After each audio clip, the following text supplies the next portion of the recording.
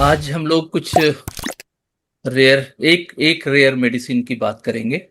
लेकिन उसके पहले मैं दो तीन छोटी छोटी बातें आपसे शेयर करना चाहता हूँ। पहली तो कि आज के ज़माने में होम्योपैथी को लेकर बहुत सारी भ्रांतियां, अभी भी भ्रांतियां हैं, बहुत सारे गल्प हैं, मजाक हैं, ये सब चल रहा है। लेकिन इसके साथ साथ होम्योपैथी अपना काम कर रही है। होम्योपैथी प्रोग्रेस कर रही है। ऐसा नहीं है कि ये जो भ्रांतियां हैं और ये जो गल्प गल्प जिसको कि आप गॉसिप्स कहते हैं वो चल रही हैं, तो वही प्रिडोमिनेट करती है, ऐसा नहीं है। लेकिन कभी कभी उनको बहुत हाइप मिलता है। तो मैं आज अब पहले तो अपना डिस्क्लेमर बता दूं कि ये जो केस स्टडीज मैं दिखाऊंगा, ये पेशेंट के परमिशन से है। इसमें कोई ड्रग मैजिक रेमेडी एक्ट का वायलेशन नहीं है। और दूसरा कि आप लोग इसको प्लीज रिकॉर्ड नहीं कीजिएगा। इसको मॉडरेट फॉर्म में हम जो सिंपैथी इंस्टीट्यूट है वो जब वीडियो जारी करेगा तो मॉडरेट फॉर्म में वो सब चीजें आपके सामने जाएंगे। सर इसको फुल फुल फुल स्क्रीन कर स्क्रीन देंगे कर तो? दूं मैं? यस। ओके। ओके। सो अब पहले एक छोटा सा वीडियो देखते हैं। गुवाहाटी में बस पढ़ाई कर रहे हैं ना सर। क्या पढ़ते हैं आप वहां पर? Homeopathy sir. तो आप कब तक हो यहाँ पे? कल। और रुको, मुंबई पहली बार आए हो? सर हमको कॉलेज जाना है, भाई अटेंडेंस नहीं है। कोई बात नहीं। अरे होम्योपैथी है, उससे वैसे भी। पर जेनी जी, Yes, आप असली डॉक्टर क्यों नहीं बन जाती? अभी तो पेपर भी लीक हो गए हैं। आप असली डॉक्टर क्यों नहीं बन जाते? और होम्योपैथी है, अटेंडेंस की क्या जरूरत है? तो ठीक है, जोक अपार्ट, लेकिन आप समझिए कि पूरे दुनिया में होम्योपैथी को लेके जो एक कॉन्सेप्ट है वो यही है। और मुझे कहने में कोई दिक्कत नहीं है कि ये कॉन्सेप्ट बाहर वालों का नहीं है, उससे ज्यादा हमारे अंदर वालों का है। मैक्सिमम होम्योपैथ कहते हैं होम्योपैथी है ना, क्या जरूरत है पढ़ने की, क्या जरूरत है सेमिनार में आने की, क्या जरूरत है किसी का लेक्चर सुनने की, क्या जरूरत है, हमारा तो दुकान ठीक चल रहा है। तो ये जो एटीट्यूड है ना, इस एटीट्यूड से कभी भी हम होम्योपैथी से कुछ हासिल नहीं कर पाएंगे। ये एक अकेला ऐसा साइंस है जिसको पढ़ने के लिए, जिसको नॉलेज लेने के लिए आपको पढ़ना पड़ता है। और उसको परफॉर्म करने के लिए आपको ट्रेंड होना पड़ता है। आप ट्रेंड होंगे तब आप इसको परफॉर्म कर पाएंगे। दूसरी एक खबर देख लीजिए। सरकार ने एक नोटिफिकेशन जारी किया है जिसमें वो कहते हैं कि आप asthma, blindness, cancer, cataract, deaf deafness, diabetes, menstrual problems, uterine problems, neurological problems, edema, epilepsy, female breast related problem, height related problem, gallbladder related problem, kidney related problem, ureter and urinary bladder related problem, epilepsy, paralysis, mental illness, leukoderma, obesity, joint pain, sexual sex related problem, impotency, sterility, STD, HIV, इसके बारे में आप इलाज नहीं करेंगे। और अगर आप इलाज करते हैं तो आप इसको क्लेम नहीं कर सकते। ये सरकार का ऑर्डर है, भारत सरकार का ऑर्डर है। और इस ऑर्डर को अगर आप नहीं मानते हैं तो 1 साल तक आपको जेल हो सकती है। ठीक है। और उसमें कुछ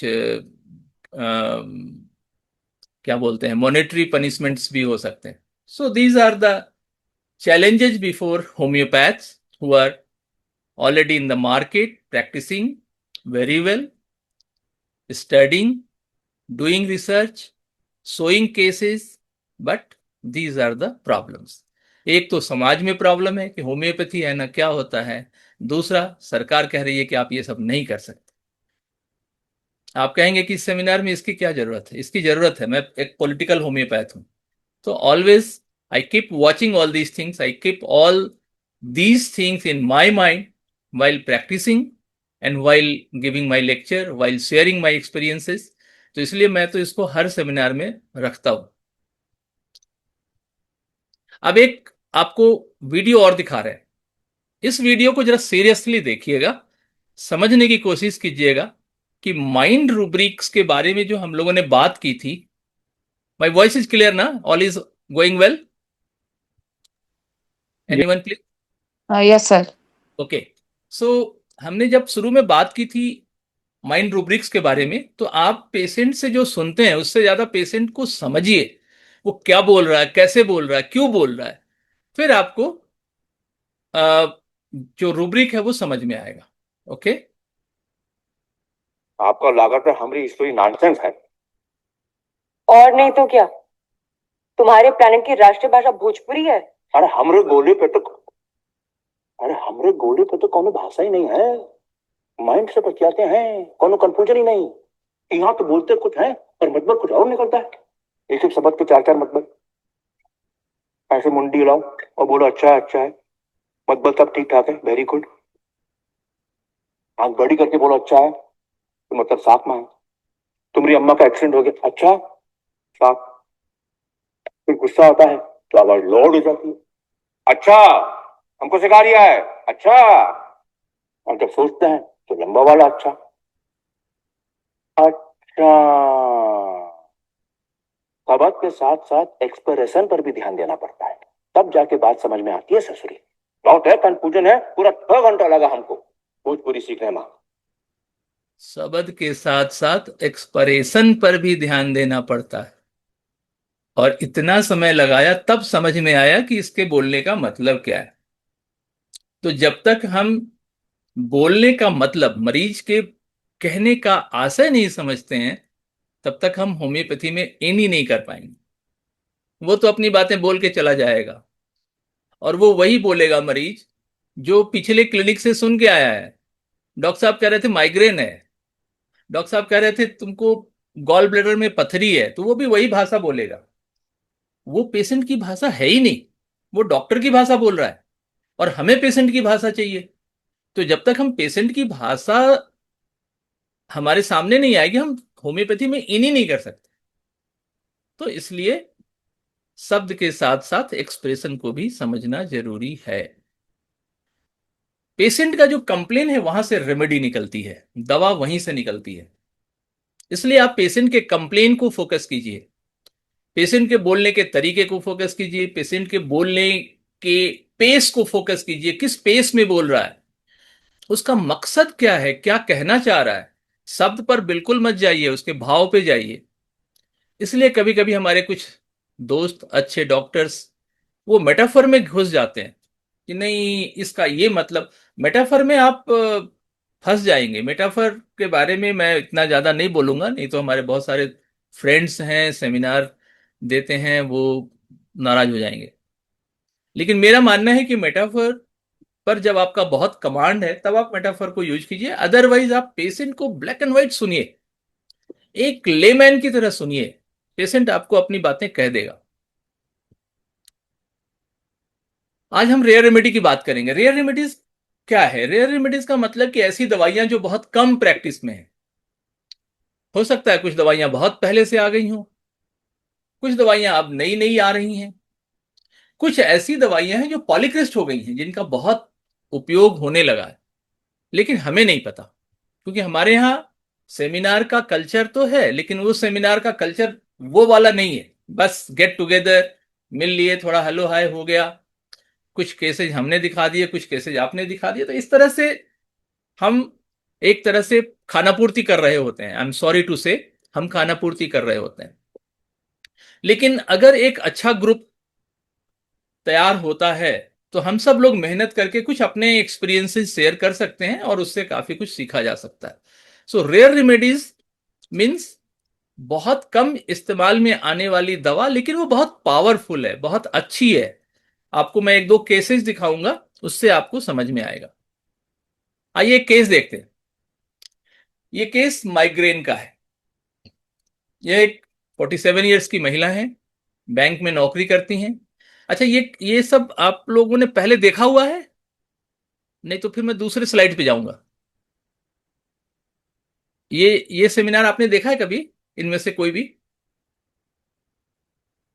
हेलो, एनीवन?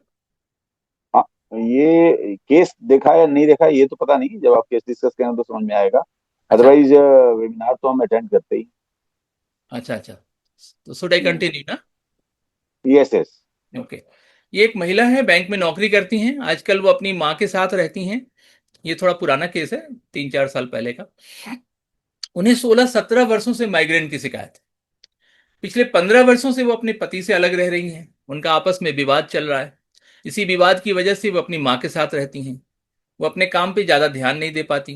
काम के समय सामने, वो काम जब सामने होता है तो घर परिवार को भी भूल जाती हैं, काफी वर्कोहलिक हैं। उन्हें किसी भी काम में मन नहीं लगता, यहाँ तक कि कई दिनों तक स्नान भी नहीं करती। कहती हैं कि पहले मैं जितना अपने शरीर का ध्यान देती थी अब नहीं दे पाती। मुझे पता नहीं क्यों अच्छा नहीं लगता। उनका ब्लड शुगर सामान्य से ज्यादा रहता है, उन्हें हाई ब्लड प्रेशर की भी शिकायत रहती है। वो अपने शुगर और बीपी के लिए नियमित दवा लेती हैं। उन्हें चॉकलेट बहुत पसंद है, डॉक्टर के मना करने पर भी वो अक्सर चॉकलेट खाती रहती हैं। इसके अलावा उन्हें मैगी, नूडल्स, मोमोज इत्यादि बहुत पसंद है। वे अक्सर मेट्रो से अपने ऑफिस, घर से ऑफिस, ऑफिस से घर आती हैं। जब वो मेट्रो द्वारा ऑफिस से लौटकर आ रही होती है तो कई बार वो अपने स्टेशन को क्रॉस कर जाती हैं, मतलब उस जहां उनको उतरना है उसको भूल जाती हैं। वो 2-4 स्टेशन आगे बढ़ जाती हैं, फिर उनको ध्यान आता है तो फिर वहां से लौट के घर आती हैं। उन्हें लगता है कि कोई उन्हें, उनकी कोई पहचान नहीं रही। वो अच्छी पढ़ाई लिखाई और नौकरी के बावजूद भी अपने बारे में उनको बहुत चिंता रहती है। उन्हें खुद को लेकर बहुत आकांक्षाएं थी, काफी सपने देखे होंगे, लेकिन अब उनका कॉन्फिडेंस नहीं रहा। ज्यादातर वो अब अकेले रहना पसंद करती है। लोग उनसे मिलने आते भी हैं, उनके रिश्तेदार, तो उनसे बात नहीं करती। वो थोड़ा डार्क कलर पसंद करती हैं, ग्रे या ब्राउन रंग पसंद करती हैं। उन्हें वाइन बहुत, घर में कई पुराने वाइन रखे मिलेंगे। वो अपने माइग्रेन के लिए अल्ट्रासेट जैसी गंभीर दर्दनाशक दवाएं भी रखती हैं। होम्योपैथी में भी इलाज कराया है। उनको belladonna, magnesia phos, glonoine, natrum mur, sulphur, ये सब दवा उनके घर में भी है और वो ले भी चुकी हैं। तो ये एक केस है। ये केस मेरे पास आया था। इस केस को मैंने कैसे अटेंड किया वो आप देखिए। अब इसमें मैंने जो रूब्रिक्स लिया था वो है माइंड बाथिंग एवर्सन टू। इसमें काफी सारी दवाइयां हैं। दूसरा रूब्रिक है माइंड चाइल्डिश बिहेवियर। आपने देखा होगा चॉकलेट और तमाम इस तरह की चीजें, तो उसको मैंने चाइल्डिश बिहेवियर में लिया। इसमें तो बहुत सारी दवाइयां हैं। एक रूब्रिक मिला माइंड में colour brown, desire for wear it और वियर टू ब्राउन कलर्स। इसमें एक दवाई है। एक रूब्रिक इसमें मिला, माइंड में ही है, aversion to company. She avoids to sight of peoples. लोगों को देखना, लोगों से मिलना, लोगों से बचना चाहती थी, तो उनको कंपनी का एवर्सन है, वो लोगों से नहीं मिलना चाहती। कंसंट्रेशन डिफिकल्ट, ये भी मुझे इसमें मिला। Confusion of mind, loss loses his way in well known streets. Metro से घर जा रही है और भूल जाती है कि कहाँ उतरना है, 2-3 स्टेशन आगे चली जाती है। फिर बहुत क्लियर कट है, इसमें 29 मेडिसिन है। Confusion of mind, loses his way or her way in well known streets। एक रूब्रिक है difficult driving while, difficult concentration while driving. इसमें भी 11 दवाई। तो concentration, confusion, aversion to bath, childish behaviour, desire for brown colour, aversion to company, इन rubrics से हमें इस केस में आगे बढ़ना था। हमने इसको रिपर्टराइज किया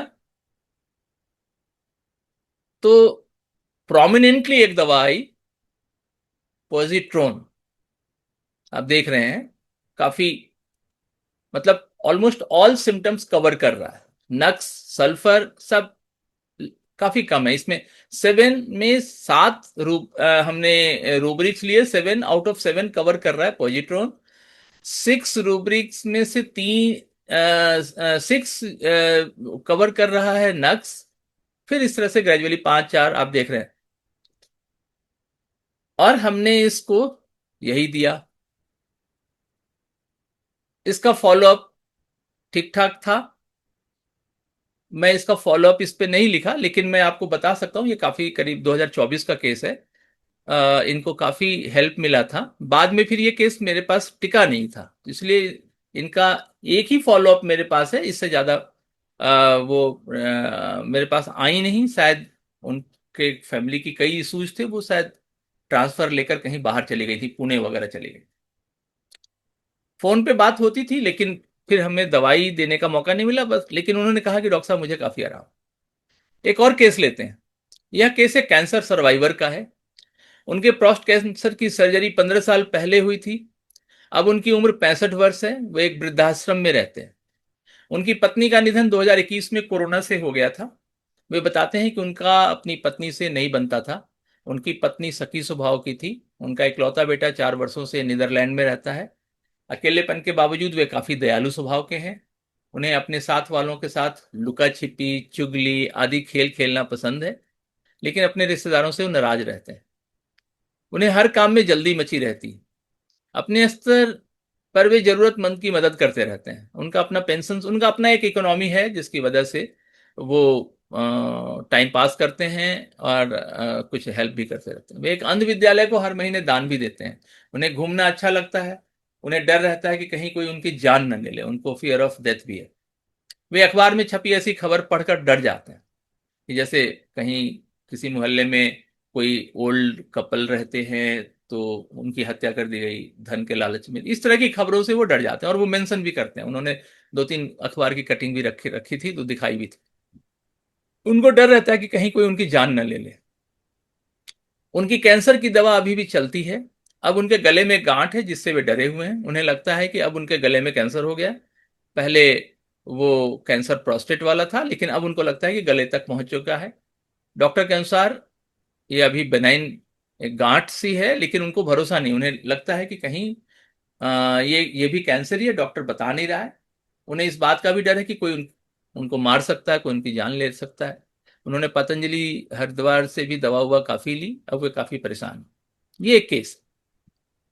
अब इसमें आप देखें तो जो रूब्रिक्स मुझे मिला वह है बेनोवलेंस, dwells mother earth beautiful strong and benevolent but abused and disregarded।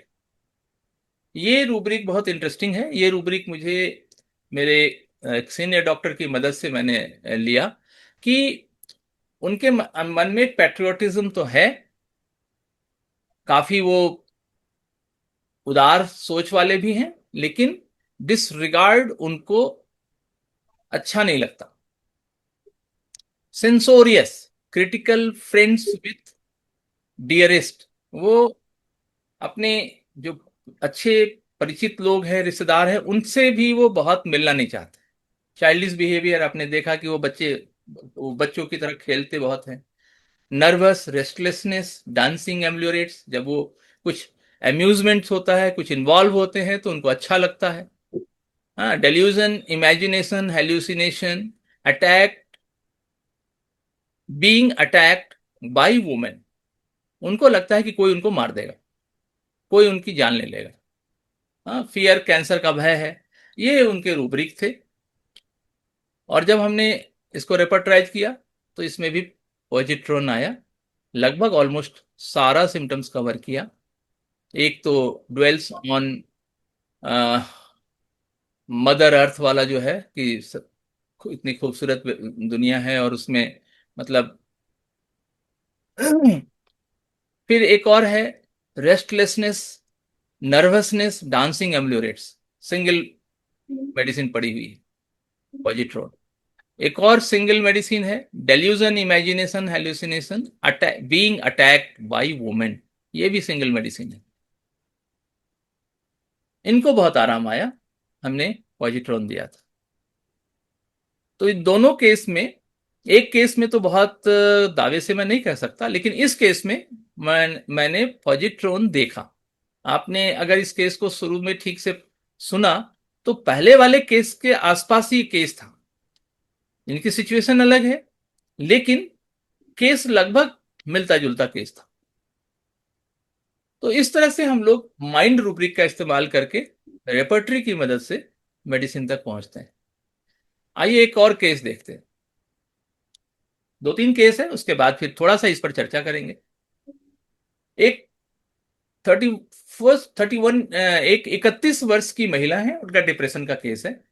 उनके 2 करीबी दोस्त की पिछले 1 महीने में मृत्यु हो चुकी है। वो ऑफिस में वर्क करती हैं, ये मेरी बहुत पुरानी मरीज हैं। इनका शायद वीडियो अवेलेबल होगा, शायद दिखा पाऊं आपको। तो उनके जो ऑफिस के 2 कलीग्स हैं, उनकी एक 1 बाय 1 उनकी डेथ हो चुकी है। अब उनके दोनों जो कोलीग्स की डेथ हुई है, उसके बाद से वो डिप्रेशन में आ गई हैं। और उनकी उम्र भी देखिए, एक 29 ईयर्स, दूसरी 31 ईयर। उन्हें सपने आते हैं कि उन्हें भी कोई मार देगा। आप देखिए सिमिलैरिटी सारे केस में। उनको सपने आते हैं कि उन्हें भी कोई मार देगा, उनकी जान चली जाएगी। और बैकग्राउंड में देखिए कि पिछले महीने में करीब 30-35 दिनों में उनके 2 दोस्तों की ऑफिस कलीग की डेथ हो गई है। अक्सर रात में सपने आते हैं कि उनका शरीर टुकड़ों में बिखरा हुआ है। पिछले 1 महीने से वो डरी हुई है, उसे डर है कि उसका दोस्त भी नहीं बचेगा। हाँ, वो एक और किसी दोस्त का जिक्र करती है, कहती है कि भाई वो 2 तो चला गया, ये भी नहीं बचेगा, मैं भी नहीं बचूंगी। वो किसी से मिलना नहीं चाहती, शरीर पर खुजली। अच्छा, उसके घर में एक फंक्शन है, उनके ब्रदर की शादी है। तो वो अपने ब्रदर की शादी में कुछ भी इंटरेस्टेड नहीं है, कोई शॉपिंग नहीं किया है। ये उसकी कहानी है, शायद आगे मिलेगा। तो उसके शरीर पर खुजली होती है, खास करके प्राइवेट पार्ट पे। स्किन के 2 डॉक्टर से मिल चुकी है, लेकिन उनसे संतुष्ट नहीं है। स्ट्रेस, लो ब्लड प्रेशर, किसी से बात करने का मन नहीं करता, किसी से मिलना नहीं चाहती, वजन काफी घट गया है, लगता है अब बचेगी नहीं, और जीने की इच्छा भी नहीं रही।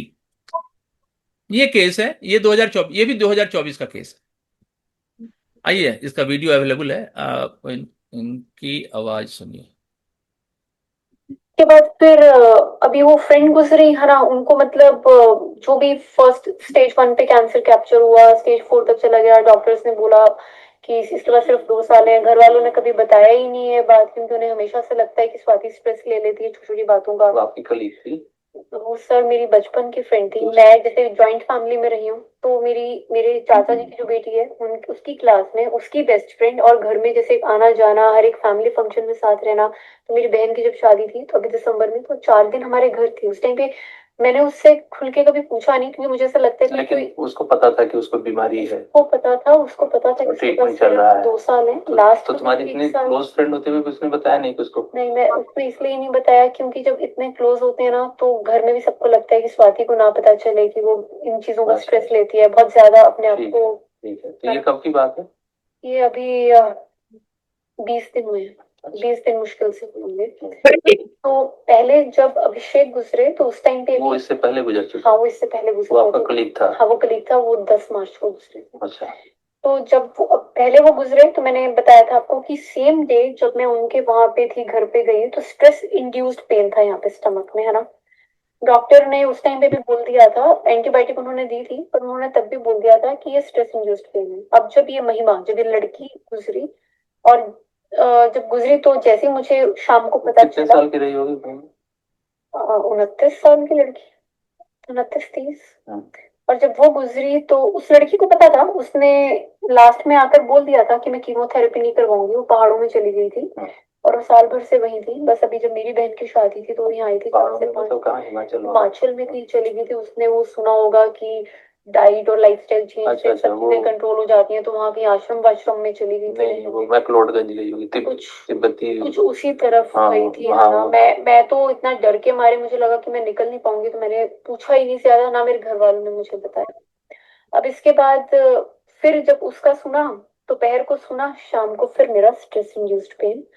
फिर मैं दोबारा डॉक्टर गैस्ट्रो के पास गई मैंने, और इस बार उन्होंने मुझे बोला, काफी साल से वो जानते हैं मेरी इस चीज को कि मैं सोचती ज्यादा हूँ। तो उन्होंने पूछा कि क्या इंसिडेंट्स हुए हैं स्वाति, कुछ तो हुए। तो मैंने उनको बताया कि सर, जब मैं लास्ट टाइम आई थी, मैं सच बताऊं, 10 मार्च को, तब मुझे ये ऑफिस में ऐसे गुजरे थे, और आज जो है ये न्यूज मिली, तो उन्होंने बोला कि स्वाति तुमको OCAD है, obsessive compulsion action disorder.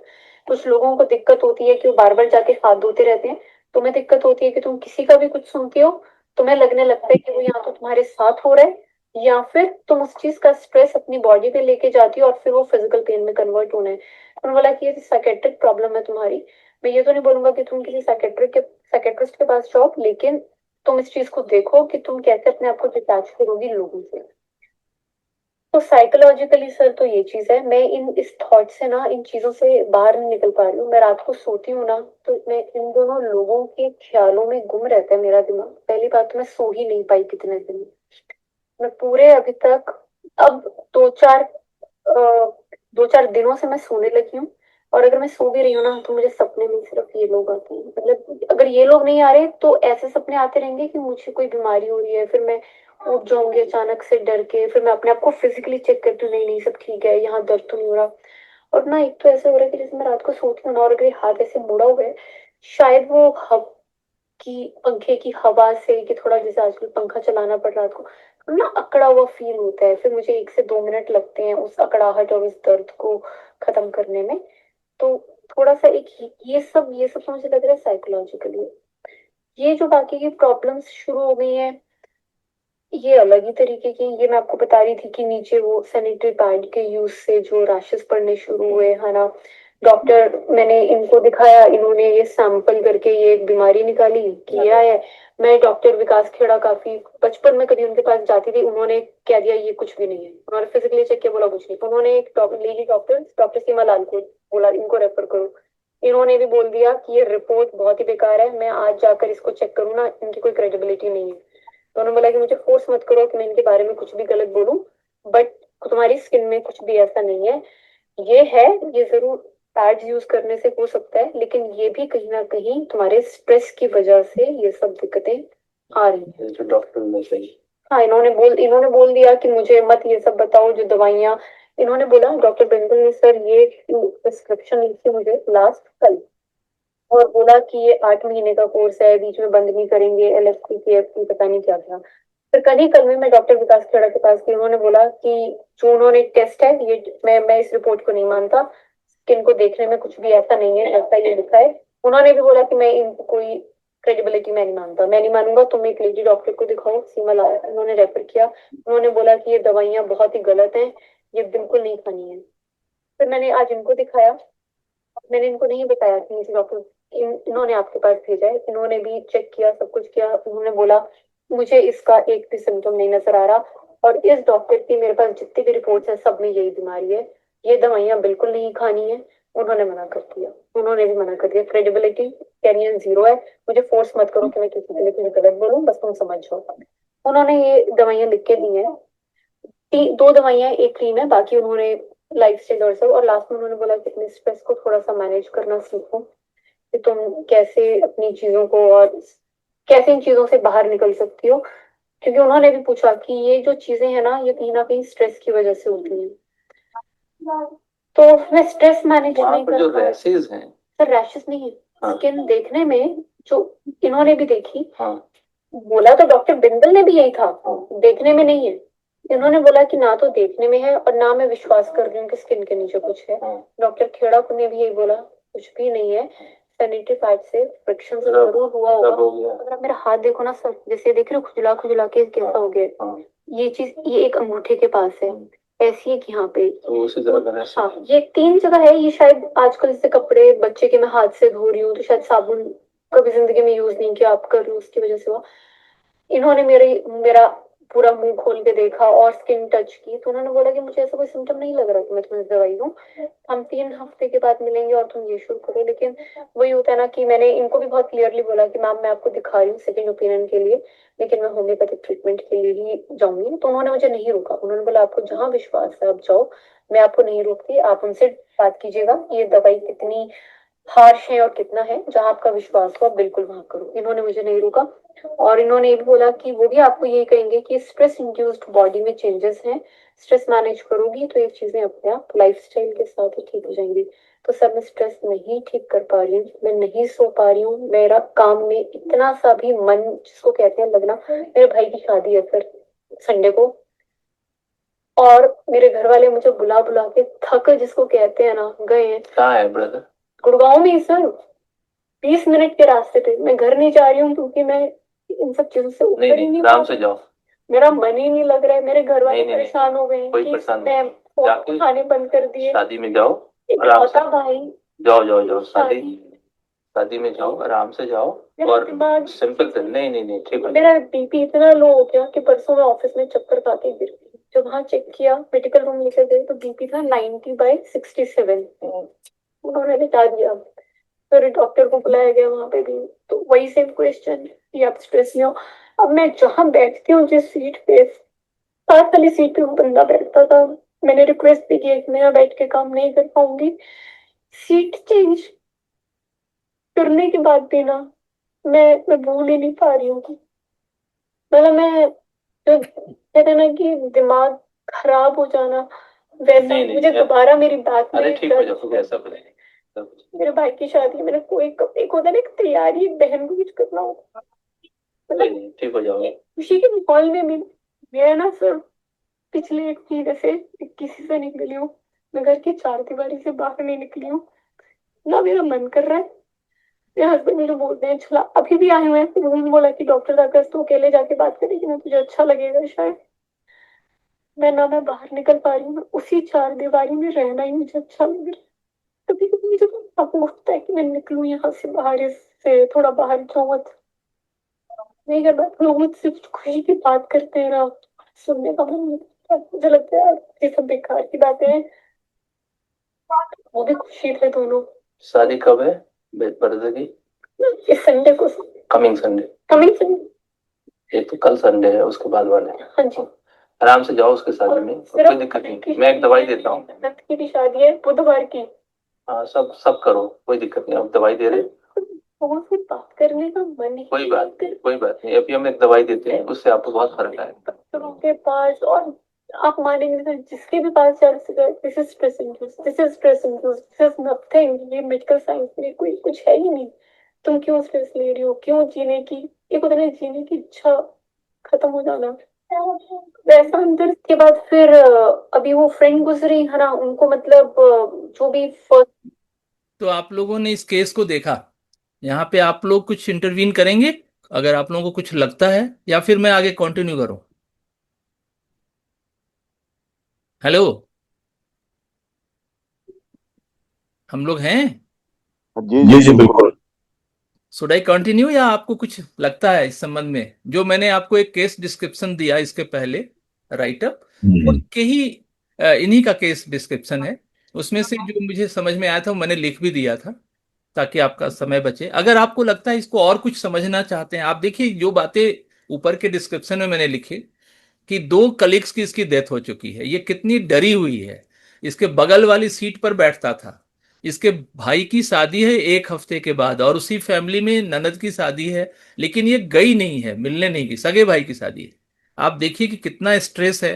Plus doctors के भी आपने देखा कि 2-3 अलग अलग किस्म के डॉक्टर्स, एक का ओपिनियन अलग है। उन्हीं फील्ड के एलोपैथी के दूसरे डॉक्टर ने कहा कि ये तो प्रिस्क्रिप्शन बहुत बेकार है। मतलब जो उनका था उसमें मेरा कुछ भी नहीं। आपने पूरा केस देखा और आपने उस डिस्क्रिप्शन को पढ़ा। अब इसको आगे देखिए।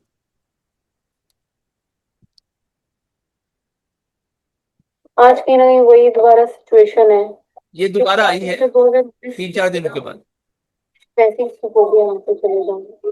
ठीक होगा, कोई चिंता नहीं कीजिए, इस समय की जो दवा है क्योंकि मैंने जब उनको बोला ना कि मैं ये दवाई शुरू नहीं करूंगी, मैं सेकंड ओपिनियन होम्योपैथिक में लूंगी, तो ये कहने लग गए कि अरे होम्योपैथिक से तो ब्लड कैंसर के इतने सारे केसेस आने लग गए हैं, होम्योपैथिक ये वो। और यही बात जब मैंने इनको बोली तो इन्होंने नहीं रोका, इन्होंने बोला कि तुम्हें जहां तसल्ली अच्छा मिले, डॉक्टर होगा। हाँ तुम्हें जहां तसल्ली मिले तुम जाओ। मेरी पर्ची की राइटिंग एकदम, उन्होंने बोला कि ये तो राइटिंग मुझे ही समझ नहीं आ रही, तुम ये जाके दिखाओ डॉक्टर साहब, इसमें जो दवाई तुम्हारी उन दवाइयों के साथ करे करो, मेरी तरफ से तुम एकदम फ्री हो, मुझे कोई दिक्कत नहीं है।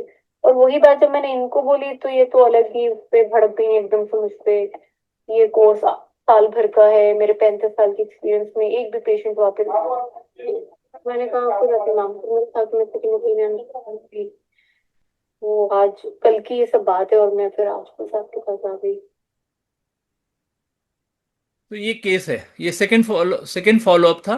आज कहीं ना देखिए, इस 13 अप्रैल का केस मैंने आपको बताया ना, 13 अप्रैल का केस है। इसमें हमने लिया था सैडनेस, मेंटल डिप्रेशन, माइंड में ही लिया था, anxiety, health about, delusion, imagination, murdered would B, मतलब वो जो डेथ हुई है उसको मर्डर्ड के रूप में लिया गया है कि भाई मैं भी नहीं बचूंगी, मेरा भी कुछ, मैं भी मर सकती हूँ, क्योंकि दो चले गए। Dreams, body parts cut of, ये रूब्रिक्स इंटरेस्टिंग रूब्रिक से माइंड में पड़ा हुआ है कि उसको लगता है कि उसके शरीर के पार्ट्स कट गए, काट दिए गए हैं। कभी कभी फील करती है कि हमारे हाथ है कि नहीं, पैर है कि नहीं। Exactly, exactly. आप उसके एक्सप्रेशन देखिए, उसका वीडियो में आपको वो दिखेगा और उसके स्टेटमेंट में भी दिखेगा। Imagination death of his lover, जो बहुत प्यारा है, बहुत अजीज है, उसका कोलीग्स है, बगल में बैठा रहता था, उसका जिक्र करते ही कितना सेंटिमेंटल हो गई थी। तो delusion, imagination, death of his lover, ये एक रूब्रिक बहुत शानदार है। ड्रीम्स ऑफ पॉइजनस एनिमल्स, ये बहुत इंटरेस्टिंग रूब्रिक है, इसको अभी धीरे से समझते हैं, अभी आप इस रूब्रिक को माइंड में रखिए। Delusion, dreams of being murdered, बचेगी नहीं, ऊपर वाला भी रूब्रिक एक ही है, 3rd नंबर का जो रूब्रिक है। ठीक है, तो ये रूब्रिक हमने लिया। इसकी और भी रूब्रिक्स हैं। मेंटल डिप्रेशन, आप देखिए उसमें 693 मेडिसिन हैं, उसमें ये दवा है। एंजाइटी हेल्थ अबाउट 130 दवा है, उसमें ये भी दवा है। Delusion, imagination, murdered would be, single medicine है, पॉजिट्रॉन।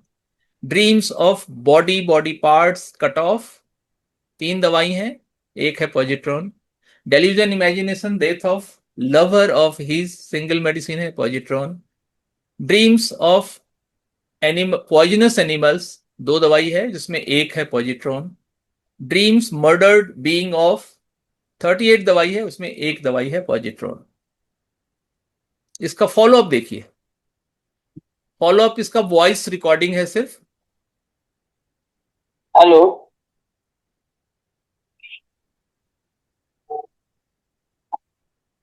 12 घंटे के हाँ जी हाँ जी, अब आ रही है, बताइए।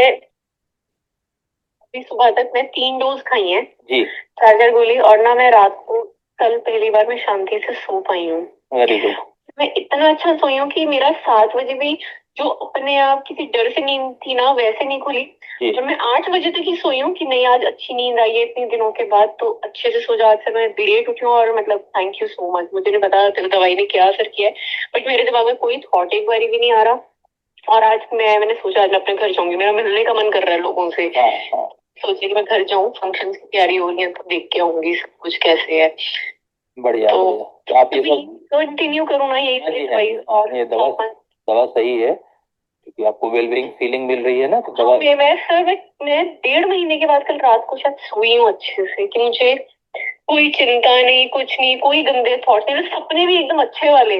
जी, कोई बुरा सपना कुछ ऐसा नहीं आया है कल से। 3 या चौथी डोज आज सुबह खाई है मैंने। हाँ, नहीं नहीं मैंने खा ली थी रात को 12 बजे तक कि मुझे खा के ही सोनी है। अलार्म लगाया था मैंने 4 4 घंटे में, मैंने 4 घंटे में रिपीट की है।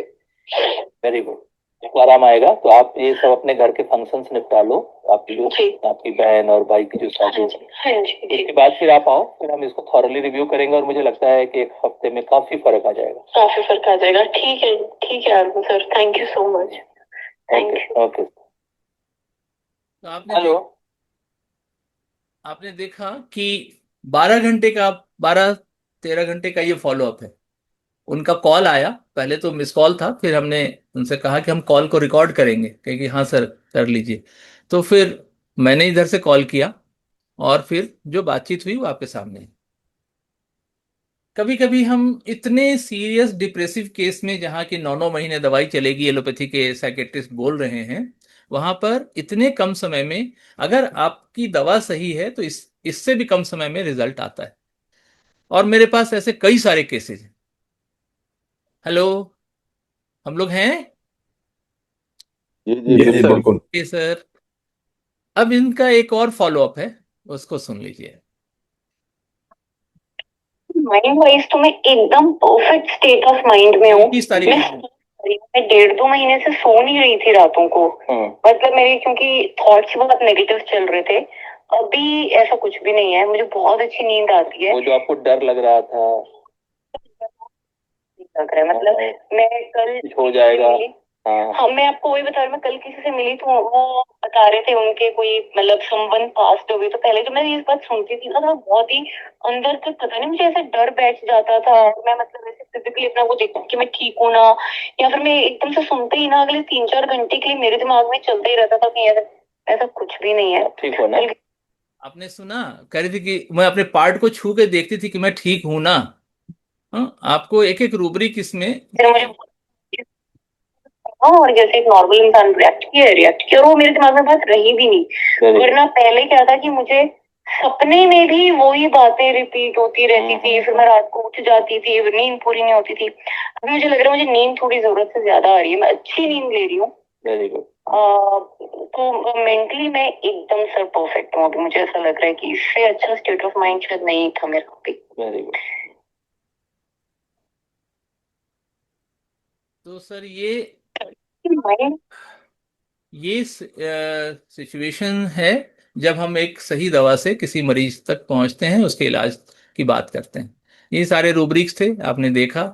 2 रूब्रिक सिंगल मेडिसिन के थे। डेल्यूजन, हेल्यूसिनेशन, बीइंग मर्डर्ड वाला एक रूब्रिक था। हाँ, इमेजिनेशन, डेथ वाला दूसरा रूब्रिक था। ये दोनों, और दो और मेडिसिन, 2 और रूब्रिक है जो जिसमें सिर्फ 2 दवाइयां हैं। हाँ, डेल्यूजन फ्रेंडलेस वाला और दूसरा पॉइजनस एनिमल वाला। तो हमने इनको पॉजिट्रॉन दिया था, बहुत क्लियर कट, और आपने उनके 3 4 फॉलोअप देखे। और उसके बाद से ये काफी, मेरे ख्याल से अभी तक उस कंडीशन, उस केस में ठीक है। अब बाकी उनके कुछ पीरियोडिक इश्यूज हैं, कुछ पीसीओडी के इशू हैं, उसके लिए वो आती हैं, लेकिन ये वाला केस उनका क्लियर हो गया है। तो ये हमने पॉजिट्रॉन के केसेस दिखाए। अब थोड़ी सी बात हम इस दवा की कर लेते हैं, हमारे पास समय कितना है, लगभग 10 15 मिनट।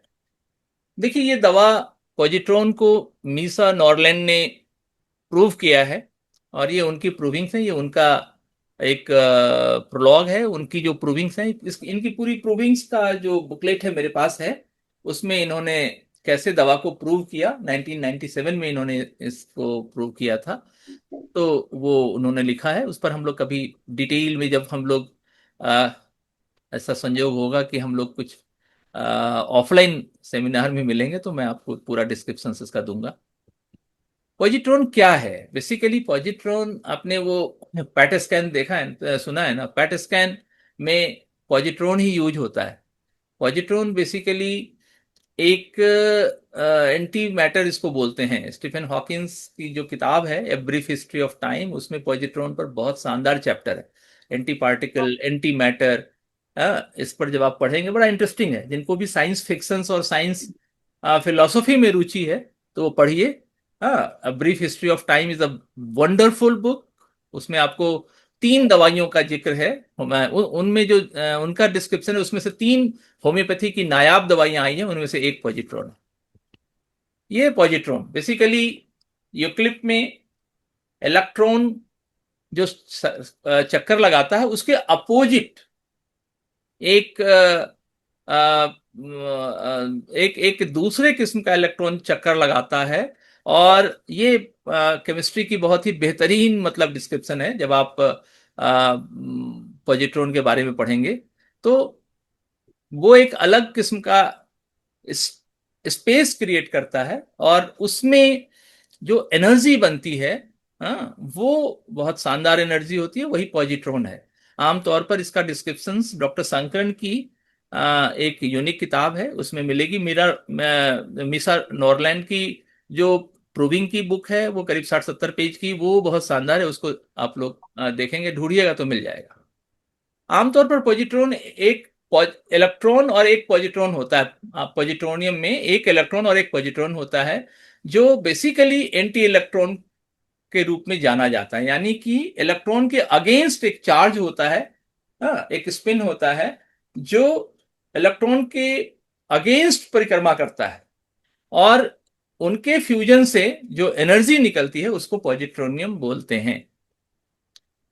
आमतौर पर नेक्स्ट स्लाइड में देखते हैं। आप देखिए कि जो इलेक्ट्रॉन है वो अपने यूक्लिप में घूम रहा है, और पॉजिट्रॉन उसके साथ ही पैरेलल घूमता है, और दोनों के फ्रिक्शन से जो एनर्जी बनती है वो पॉजिट्रॉन है। जब पैट स्कैन में आप यही देखते हैं कि एक एक एक इस तरह की ऊर्जा है, वो एक इस तरह की रेडियो एक्टिव एनर्जी है जो पूरे शरीर के सेल्स को, हमारे ऑर्गेन्स को इमेज में ले आती है। एमआरआई में ऑर्गेन्स का इमेज नहीं होता, लेकिन पैट स्कैन में आपके ऑर्गेन्स का इमेज होता है। अगर ऑर्गेन में कोई चेंजेज आ रहे हैं तो वो भी आपको पॉजिट्रॉन में दिखेगा, और उसी से आपकी दवा बनी है। सब ये सब भी छोड़ दीजिए, ये भी छोड़ दीजिए। पॉजिट्रॉन के बारे में जो खास करके चाइनीज मेडिसिन में जिसका जिक्र है, यिंग और चांग, दो तरह का यिन और यांग जो जिक्र है, वो भी लगभग उसी अवधारणा पर आधारित है कि ब्रह्मांड में जो एक एनर्जी है वो दो तरह की एनर्जी है, एक प्लस एनर्जी है, दूसरी माइनस एनर्जी है। और इन दोनों एनर्जी को अगर हम उसको हम एक युग्म बनाते हैं, उन दोनों एनर्जी को हम इस्तेमाल करते हैं, तो उससे काफी कुछ मतलब हमारे जीवन के काफी कुछ सॉल्यूशंस निकलते हैं। उसको भी हम बहुत ज्यादा जिक्र नहीं करेंगे। आमतौर पर एक और उसके विपरीत दूसरा, इन दोनों की एनर्जी को चैनलाइज करके पॉजिट्रॉन की कल्पना की गई है। ये एक पॉजिट्रॉन रेडियो एक्टिव आइसोटोप है। सोडियम 22 के विघटन से, उसके जलने से जो एनर्जी बनती है, उसी से पैट स्कैन किया जाता है, और वो हमारे टिश्यूज और सेल्स में जो चेंजेज होते हैं उसको भी दिखा देता है। 1997 में जो मिसा नॉरलैंड ने जिसको इसको प्रूव किया था, उन्होंने लिखा था कि बहुत इंटरेस्टिंग है, ये समझना चाहिए। 1997 की गर्मियों में होम्योपैथी स्कूल के उत्तरी अमेरिका, नॉर्थ अमेरिका में स्टूडेंट्स के लिए सैन डिएगो में एक वर्कशॉप चल रहा था। इस वर्कशॉप के दौरान मीशा जो हैं, उनका एक स्टूडेंट था, उसका नाम था क्रिस कर्ट्स। वो उनसे मिला, मीसा से मिला। क्रिस जो सैन डिएगो यूनिवर्सिटी में अपनी पीएचडी पूरी कर रहे थे, और स्कूल के मतलब डिस्टेंस एजुकेशन प्रोग्राम से वो जुड़े हुए थे, वो एक एंटी मैटर युक्त एक सीसी लाने की पेशकश की। मिसा ने कहा कि भाई तुम अपने फिजिक्स लैब से एक एंटी मैटर सीसी यानी कि पॉजिट्रॉन की वो ले आओगे।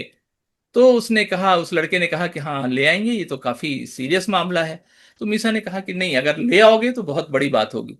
और वो एंटी मैटर लाकर उनके स्टूडेंट्स ने दिया, और उसके आधार पर उन्होंने इसको प्रूव किया। ये उनकी बुक में भी है।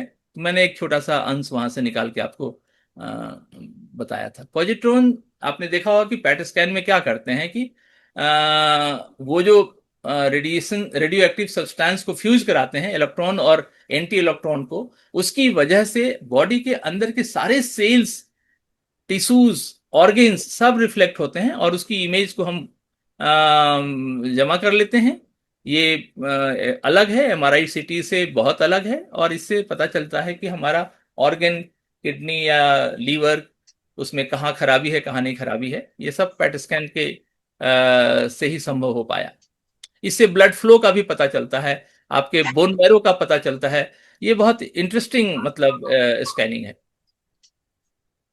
अब पोजिट्रोनियम को आप देखेंगे तो इसमें बहुत सारे रूब्रिक्स हैं। हाँ, जैसे डिजायर फॉर ब्राउन कलर, शुरू में आपको एक केस में मिला होगा कि उसको ब्राउन रंग पसंद है, उसमें दो ही दवा है, हाँ, लेओनिनम एंड पोजिट्रॉन।